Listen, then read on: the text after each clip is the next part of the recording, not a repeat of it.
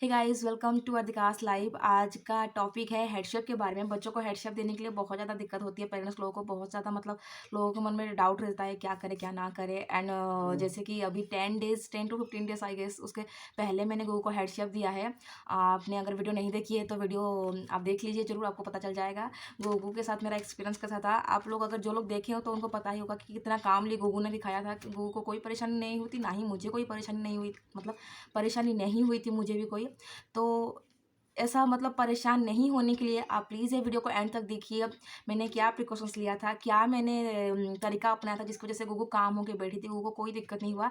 तो आप भी अपने बच्चे के साथ ट्राई करें। अगर आसपास कोई बच्चा कोई पेरेंट्स हेडशेप दे रहे तो आप उनको शेयर कीजिए, ताकि उनको भी मदद मिले कि अपने बच्चों को किस तरह से हैंडल किया जाए और उनको भी दिक्कत ना हो। क्योंकि हेडशेप एक ऐसा चीज़ है, बच्चे अगर नहीं दिखाते तरीके से तो बच्चे के हेड पे कट्स आ जाते हैं, बच्चों को बहुत दिक्कत होती है, पेरेंट्स को बहुत दिक्कत होती है। तो फिर ज़्यादा टाइम ना लेते हुए वीडियो को फटाफट स्टार्ट करते हैं और फिर मैं बताती हूँ कि क्या करना चाहिए आपको, क्या क्या नहीं करना। सबसे पहले हम बात करेंगे मिथ और फैक्ट के बारे में। लोगों के मन में बहुत सारे मिथ्स होते हैं, बहुत सारे उनको जानना जरूरी है कि एक्चुअल में फैक्ट क्या है। मेरे टाइम पे जो मुझे नहीं पता थी, मुझे बाकियों का तो पता नहीं लोग क्या क्या बोलते होंगे, लेकिन मेरे टाइम पे जो मुझे पता था कि मुझे बोला जाता था कि अगर जल्दी तुम हेडशेप नहीं कर पाओगे। गुगु 2 साल की ऑलमोस्ट होने वाली थी, हमने उसको हेडशेप दिया था, लेकिन मुझे बोलते थे कि अगर जल्दी तुमने हेडशेप नहीं करवाया तो बच्चा हमेशा बीमार रहेगा, बीमार पड़ा रहेगा, ये वो। लेकिन 2 साल के अंदर ऐसा कोई भी उसको मेजर बीमारी तो नहीं हुई थी।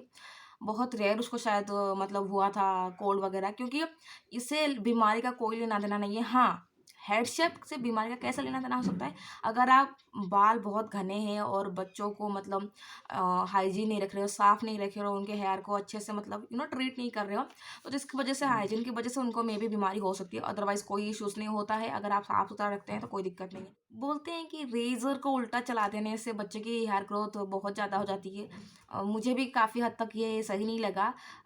अगर आपको कोई सा सजेस्ट करता है कि रेजर उल्टा एक बार घुमा दीजिए तो बच्चे की हेयर ग्रोथ अच्छी आई है, तो आप ऐसे ही बिलीव मत कीजिए। सबसे पहले आप देखिए लाइव एग्जांपल आपके सामने क्या है। कोई करवाया है, अगर करवाया है तो उसका हेयर ग्रोथ किस तरह से आ रहा है, रफ आ रहा है या स्मूथ आ रहा है, उसको देखने के बाद आप जाइए। ऐसे ही किसी की बातों में मत आ जाइए। मुझे भी किसी ने सजेस्ट किया था, लेकिन मैं नहीं गई थी उसके ऊपर, क्योंकि मुझे लगता है कि आप जब रेज़र उल्टा घुमा देते हो तो जिसकी वजह से स्किन बहुत रफ़ हो जाती है और मे बी हेयर्स भी रफ़ हो सकते हैं, मुझे ऐसा फील होता है। अगर बच्चे की हेयर ग्रोथ आपको अच्छी चाहिए तो आप नेचुरल तरीके यूज़ कर सकते हैं।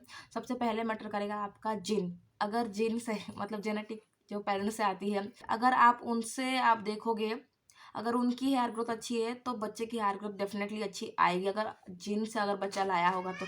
जैसे कि गुगु अपने पापा का जीन लेकर आई है, जिससे उसका हेयर ग्रोथ अच्छा है, उसके पापा की तरह बहुत जल्दी जल्दी हेयर आते हैं।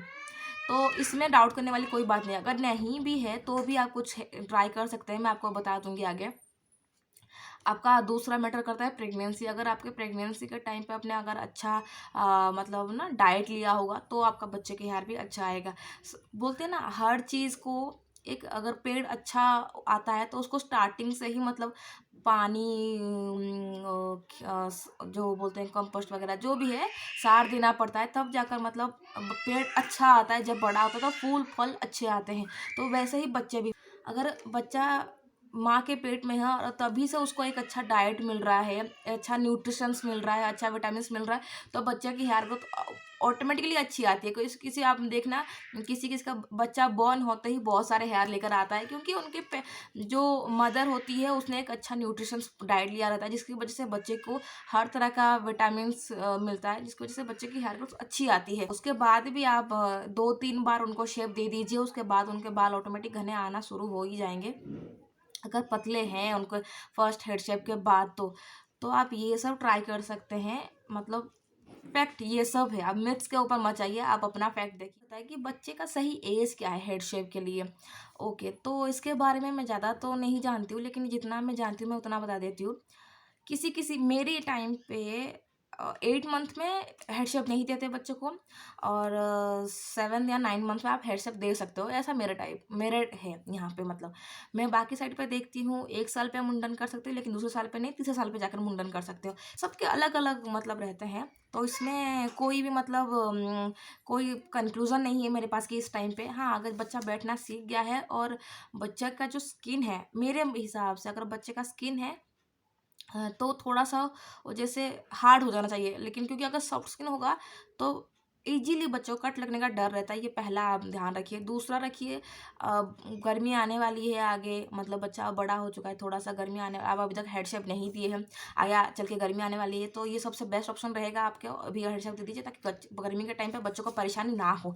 और तीसरा मैं मानती हूँ, बच्चा अगर बहुत छोटा रहेगा, जैसे कि 6 मंथ से भी हेड शेप दे देते हैं बच्चों को, क्योंकि किसी-किसी पेरेंट्स को लगता है कि उनके बच्चे की हेयर ग्रोथ बहुत ज़्यादा है, बच्चा परेशान हो रहा है। ठीक है आपका पॉइंट ऑफ व्यू, लेकिन मुझे ऐसा लगता है कि अगर बच्चा थोड़ा-सा छोटा है, 6 जैसे कि 6 महीने का है, बच्चे ऐसे-ऐसे हिलते-डुलते रहते हैं, जो आप हेड शेप दोगे तो बच्चे जैसे करके हिलते-डुलते रहेंगे, तो उसकी वजह से उनको कट लगने का डर रहता है। तो थोड़ा-सा बच्चा स्टेबल, थोड़ा-सा बड़ा हो जाए, स्टेबल हो जाए, बैठने लायक हो जाए, तब आप उनको हेड शेप दे दीजिए, कोई दिक्कत नहीं है। और मेरे टाइम पे ये था, मेरा इतना लेट इसलिए हुआ, जब पहला उसका साल चल रहा था, तो हम लोग को हेड शेप करने का मन नहीं था, क्योंकि हम चाहते थे कि उसके फर्स्ट बर्थडे में मतलब वो टकली होके रहे, हमें अच्छा नहीं लगेगा, इसलिए हम दोनों डिसाइड किए थे कि हम फर्स्ट ईयर में नहीं करेंगे। जैसे ही उसका बर्थडे खत्म होगा उसके बाद ही तुरंत हम उसको हेड शेप दे देंगे, क्योंकि उसके बाद गर्मी आना चालू हो जाता है। लेकिन ऐसा हुआ, हम उसको बर्थडे मना के आए रिटर्न, देन एकदम से कोरोना चालू हो गया, लॉकडाउन चालू हो गया, उसके बाद से भी किसी के कांटेक्ट में आना हमें सही नहीं लगा, क्योंकि हेड शेप तो कोई और ही करेगा, और किसी भी मंदिर वगैरह में हमारे यहाँ हेड शेप होता है, ऐसे कहीं पे सैलून वगैरह में नहीं होता है, तो किसी मंदिर भी हम उसको नहीं ले जा सकते थे, इसीलिए हम लोग स्टे किया जब तक सब सही नहीं हो गया। जैसे ही सब कुछ सही थोड़ा-सा हो गया, फिर हम अपने घर लेकर के, हाँ, हमारे अपने गाँव में जाकर उसको हेड शेप दिया। और आप लोग देखे होंगे अगर पुराने वीडियोज़, तो गुग्गू के हेड में थोड़े-थोड़े हेयर्स आ चुके हैं, 10-15 दिन हो चुके हैं, और वो बहुत ज़्यादा लाइट फ़ील करती है, क्योंकि बाल उसके आँखों में आ रहा था, उसको दिक्कत हो रही थी। तो आप, ये आपके ऊपर रहा कि आपका बच्चा कब स्टेबल है, कब आपका बच्चा बैठ सकता है, कब आपका बच्चे की स्किन मतलब थोड़ी-सी टाइट हो चुकी है, जिसकी वजह से रेज़र मारने से उनको दिक्कत नहीं होगी। ये अप टू आपके ऊपर रहा, और आपके हिसाब से जो रिचुअल्स चलते हैं, आप उनको फ़ॉलो कर सकते हैं। कि हेड शेप एज का तो पता चल गया आपको कि एज क्या रखनी है। अगर ग्रोथ ज़्यादा है तो आप जल्दी करवा सकते हैं, अगर ग्रोथ कम है तो थोड़ी देर रुक के भी करेंगे तो कोई भी दिक्कत नहीं है। तो ये चला गया एज। अब मैं बात करती हूँ प्रिकॉशंस के बारे में। प्रिकॉशंस आपको क्या लेना चाहिए ताकि बच्चा आराम से दिखा दे अपने हेड शेप टाइम के, बच्चे को दिक्कत ना हो, ना ही पेरेंट्स को दिक्कत हो। सबसे पहले तो आप बच्चे को फीड करवा दीजिए। अगर छोटा बच्चा है तो उसको दूध पिला के फीड करवाइए, अगर बड़ा बच्चा है तो उसको जो भी ठोस खाना खाता है सॉलिड, उसको खिला के पूरा एकदम से फुल कर दीजिए, ताकि बच्चा जब हेड शेप हो तब उसको भूख से परेशान ना हो, उसको दिक्कत ना हो। ये चीज़ आप सबसे पहले मेक श्योर कीजिए। अगर बच्चे का पेट भरा हुआ रहेगा तो आराम से दिखा देगा। हम लोग जैसे कि हिंदू प्रथा से मतलब बिलोंग करते हैं, तो हमारा है कि हम मुंडन मंदिर में करवाएंगे। तो लोग मन्नत रखते हैं बड़ी बड़ी मंदिरों में, तो मैं उनको सजेस्ट करूंगी आप मन्नत रखिए, आपकी चॉइस है, लेकिन आप एक ऐसा दिन चूज कीजिए। बड़े बड़े मंदिर में बहुत भीड़ रहता है, जिस वजह से बच्चे घबरा जाते हैं, डर जाते हैं, और बच्चे हेडशेप के टाइम पे किसी को भी बिलीव नहीं करते हैं, किसी दूसरे को हाथ लगाने नहीं देते हैं। तो आप प्लीज़ मेक श्योर कीजिए, अगर आप किसी ऐसे मंदिर मतलब चूज़ किए हैं जाने के लिए, तो कोई मतलब ऐसा खाली सा टाइम हो, जब भीड़-भाड़ कम हो, या फिर कोई ऐसा फेस्टिवल टाइम ना हो, थोड़ा-सा ऑफ डे हो, तब उसको बच्चे को लेकर जाइए, आराम से उसको हेड शेप दीजिए, क्योंकि ये बच्चे के लिए एक अलग अलग सा एक्सपीरियंस होगा। तो बच्चों को जैसे कि एक माहौल, काम, पीस सा एनवायरनमेंट चाहिए। आप गूगल के वीडियो में देखे ही होंगे, उसके मुंडन वाले वीडियो में कोई नहीं था, हम सिर्फ घर से 2-3 लोग थे, इसलिए वो आराम से दिखाई और उसको कोई दिक्कत नहीं हुआ। अगर भीड़-भाड़ होता तो कोई भी बच्चा डर जाता है। तो आप प्लीज़ ये मेक श्योर कीजिए कि थोड़ा-सा भीड़-भाड़ इलाका ना हो, थोड़ा-सा पीस वाला एरिया हो, ये दूसरा। तीसरा, आप मेक श्योर कीजिए बच्चा जिसके पास कामली बैठता है, जिसको ज़्यादा ट्रस्ट करता है, जिसके साथ वो ज़्यादा मतलब घुला-मिला रहता है, जिस पेरेंट्स में से मदर या फादर या जिसके साथ भी रहता है, उनकी गोदी में बिठा के ही उनको हेड शेप दीजिए। इधर-उधर किसी के भी मतलब गोदी में मत बिठाइए, क्योंकि बच्चा, क्योंकि एक हेड शेप दूसरा उसको एक्सपीरियंस मिला है, कोई दूसरा उसको मतलब है सर पे हाथ लगा रहा है, तो बच्चे डर जाते हैं। अगर अपने कंफर्ट ज़ोन के पर्सन के पास वो लोग बैठे रहेंगे तो बच्चे आराम से दिखाएँगे, घबराएँगे नहीं, थोड़ा-सा वो काम रहेंगे। ये आप प्लीज़ मेक श्योर कीजिए अपने बच्चे के हेड शेप के टाइम पे।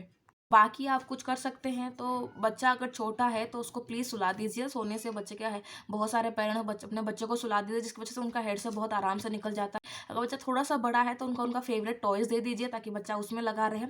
अगर टॉयज़ वगैरह नहीं दे पा रहे हैं तो थोड़ा-सा उनका फ़ेवरेट राइम्स वगैरह लगा दीजिए, ताकि बच्चे का मन उस तरफ रहे, और फिर बच्चा आराम से दिखा दे। क्योंकि इन सबसे ज़्यादा ज़रूरी है बच्चे के सर नहीं हिलना चाहिए। अगर हिल गया और कट लग गई तो फिर बच्चों को बहुत दिक्कत हो जाती है। मे बी हाइजीन प्रॉब्लम हो सकता है कटने की वजह से। प्लीज़ ये मेक श्योर कीजिए कि बच्चे को थोड़ा-सा डाइवर्ट करके रखिए, ताकि बच्चा अगर डर रहा है तो उसका ध्यान उस तरफ ना जाए।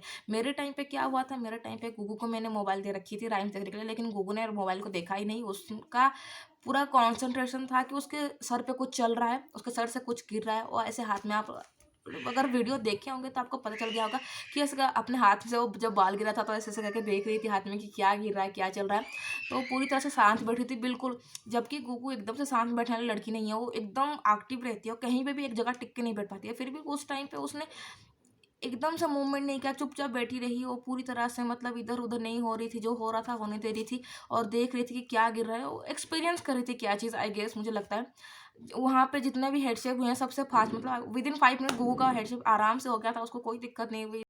तो फिर मेरे साथ तो मतलब मेरा एक्सपीरियंस तो सही था, मुझे कोई दिक्कत नहीं हुई उसके हेडशेप के टाइम पे, फर्स्ट हेडशेप पे। प्लीज़ मेक श्योर कीजिए कि अपने बच्चे का जो इंस्ट्रूमेंट आप कट करने के लिए यूज़ करो, वो सबसे अच्छे से सैनिटाइज़ होने चाहिए। अगर नहीं तो फिर आप अपना इंस्ट्रूमेंट्स लेकर जाइए, जो भी उनको यूज़ करते हैं हेडशेप के लिए, सबसे बेटर रिज़ल्ट यही हो। ओके, तो ये तो हो गया प्रिकॉशंस। अब बात करते हैं रेमेडीज़ के बारे में। रेमेडीज़ आपको क्या-क्या करनी चाहिए आपको घर पे नेचुरल तरीके से, मेरा जो मानना है और मैंने जो अप्लाई किया था, मैं अपने हिसाब से बता रही हूँ। हल्दी, चंदन और तिल का तेल का मतलब जो मास्क था मैंने उसको वो लगाया था। कोई-कोई देसी घी भी यूज़ करते हैं और आप हल्दी लगाने से अगर सर पे कोई कट होगा तो उनको उससे राहत मिलेगी, और अगर चंदन लगा रहे हैं तो चंदन से उनको सर पे ठंडक रहेगी। चंदन नहीं तो अगर दही लगा रहे हैं तो भी उनके सर पे मतलब एक राहत मिलेगी, ठंडक मिलेगी, और तो और उनका हेड जो है वो मॉइस्चराइज़ होके रहेगा। आप हमेशा मेक श्योर कीजिए ऐसा ऑयल यूज़ करें जो अपने बच्चे को सूटेबल हो, या फिर आप जिस इलाके में रहते हैं, मतलब तरफ से आप बिलोंग करते हैं, वहाँ पे जिस ऑयल की मतलब खेती होती है, फार्मिंग होती है, उस तेल का यूज़ करें। मेरे साइड पे होता है तिल का तेल, तो उसका तेल हम लोग ज़्यादातर यूज़ करते हैं बच्चे के हेड के लिए, क्योंकि उससे बाल घने होते हैं और काले आते हैं, इसलिए मैं यही यूज़ करती हूँ। कोई-कोई कोकोनट ऑयल भी यूज़ करते हैं। गर्मियाँ आ रहा है तो आप कोकोनट ऑयल यूज़ कीजिए, लेकिन मैं मानूँगी कि आप प्योर ऑयल यूज़ करिए, क्योंकि बच्चे के हेयर के लिए बहुत अच्छा रहेगा ये। आप और एक चीज़ कर सकते हैं, एग योक। एग योक आपको देसी लेनी है, कि आपको देसी मिल जाए मतलब, तो आपको उसका एग योक लगाने से बालों के फॉलिकल्स को प्रोटीन मिलेगा, तो इस वजह से बच्चे की हेयर ग्रोथ बहुत अच्छी रहेगी। और कोई-कोई रो मिल्क लगाते हैं after head shave, I don't know क्यों लगाते हैं। मेरे टाइम पे भी गू को लगाने के लिए बोले थे तो मैं लगा दी थी, बट मुझे इसका कोई मतलब वैलिड रीज़न नहीं मिला। तो आप ये कर सकते हैं, और अच्छे ग्रोथ के लिए आप मसाज कीजिए, उनके सर को ऑयलिंग कीजिए, मॉइस्चराइज कीजिए, तो बच्चे का हेड अच्छा रहेगा। और आप एक और चीज़ कर सकते हैं, बच्चे का अगर हेड शेप हो गया है तो उनके हेड आफ्टर हेड शेप अगर बाहर कहीं करवा रहे हैं तो उनको एक कैप दे दीजिए, जिसकी वजह से उनको डायरेक्ट धूप ना लगे। मेरे टाइम पे तो गुगु मंदिर में थी, और छाँव में हो रहा था सब कुछ, और उसके बाद भी हम लोग गाड़ी में सीधा बैठ के घर आ गए थे। अगर घर पे हो रहा है तो कोई ज़रूरत नहीं है, लेकिन अगर बाहर कहीं करवा रहे हैं और धूप है, क्योंकि ज़्यादातर आप मंदिर-वंदिर में करवाते हो तो थोड़े से धूप लग जाती है बच्चों को, तो इसलिए आप एक कैप यूज़ कर लीजिए, ताकि कैप नहीं तो एक रुमाल बाँध दीजिए उनके सर पे, ताकि आफ्टर कट के बाद उस उनको कोई दिक्कत ना हो। और मेरे टाइम की मैं अपना एक्सपीरियंस बताती हूँ। गुगु हेड शेव के टाइम पे तो बिल्कुल नहीं रोई थी, आराम से दिखाई थी, बट आफ्टर हेड शेव उसके सर पे जब मतलब उसको नहला दिया गया, जो उसके सर पे पानी डाल दिया या फिर कुछ भी छूने से वो बहुत ज़्यादा चिढ़ रही थी। मैं भी इतने दिन से उसको आदत थी अपने सर पे बाल एकदम से बाल हटने के बाद उसके सर पे वो टच फ़ील हो रहा था, जो पहले उसको नहीं हो रहा था, जिसकी वज़ह से वो चिढ़ रही थी, बिल्कुल किसी को छूने नहीं दे रही थी, कि बहुत काम थी, लेकिन उसके सर पे अगर कोई कुछ छू ले, जैसे मैं लेप लगा रही थी या फिर मतलब उसको पानी से नहला दे रही थी, तो 2 दिन तक वो चिड़ी हुई रही, बिल्कुल अपना सर छूने नहीं दे रही थी मेरे को। और कुछ लगा देने से उसको, जैसे ऑयलिंग करने से उसको तो फ़ील हो रहा था कि ऑयल लग रहा है, उसको सर पे कुछ चीज़ लग रही है, जिसकी वज़ह से वो पोंछ दे रही थी।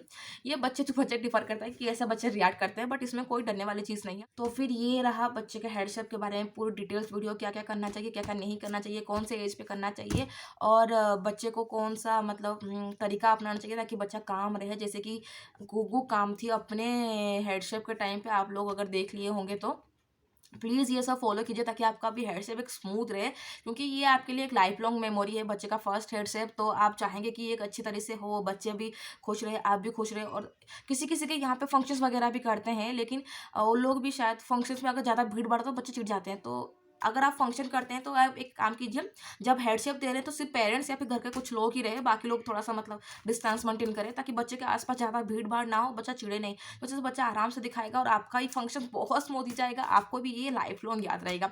अगर आप वीडियो देख लिए हैं एंड तक और आपको ये चीज़ वैल्यूएबल लगी है तो प्लीज़ शेयर कर देना अपने फ्रेंड्स, फैमिली जो भी है। और उसके बाद अगर आपको अच्छा लगा तो प्लीज़ लाइक कर देना, और thank you so much for watching. Please subscribe कर देना अगर आपको अच्छा लगा है। आपको कोई डाउट है तो प्लीज़ आप पूछ सकते हैं मुझे कमेंट करके, मैं आपको रिप्लाई दूँगी। Thank you so much, bye bye.